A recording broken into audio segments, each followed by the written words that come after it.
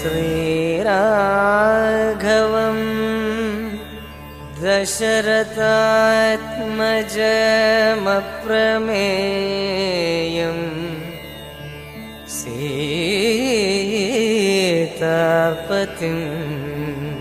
रघुकुलान्वय रत्नदीपम्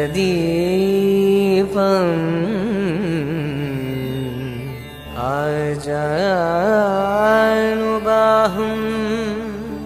अरविन्ददलायताक्षं रामं निशाचरविनाशकरं नमामि।